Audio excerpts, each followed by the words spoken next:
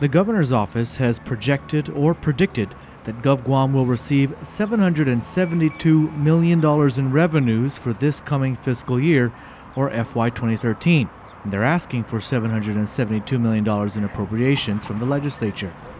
It's a $7 million increase over this fiscal year, or FY 2012, in which they were appropriated $765 million.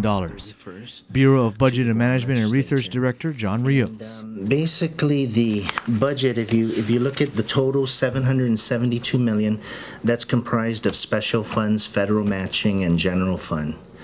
If you look at the general fund alone, our request is about $569 million. This is a $12 million decrease from last year's general fund request of $581 million, which means the governor's office is not necessarily expecting an increase in tax collections for 2013, but instead an increase in special funds and federal matching funds in 2013. This budget is really almost like a status quo budget. We don't really want to, in the past there's these over projection of revenues, and that's what had caused part of the increase in the deficit. If we over project and find out the revenues don't track, then what happens is, we come up with a deficit.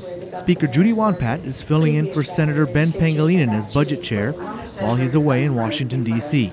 Today she held the first day of budget hearings and heard from the Mayor's Council and the Office of Public Accountability this morning. The first two offices that came before you today, did their budget requests match that of the governor's?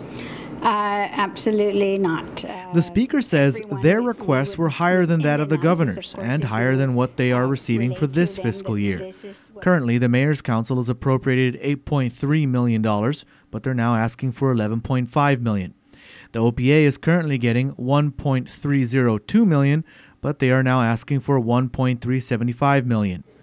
The OPA and the Mayor's Council fall under the semi-autonomous agency group, in which the governor's office has requested a lump sum amount of $79.1 million. For some, which is the non-semi-autonomous agencies, there's a $1.8 million cut, but none of these budgets, reflect the cuts there at all.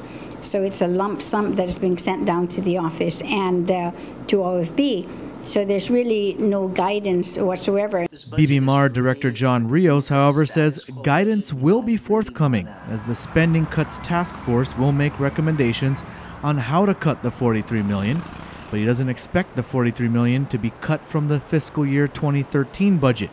He says these cuts will take some time, as it will require separate pieces of legislation to enact many of the cuts that they're considering, for example, the reduction in certain benefits to GovGuam employees.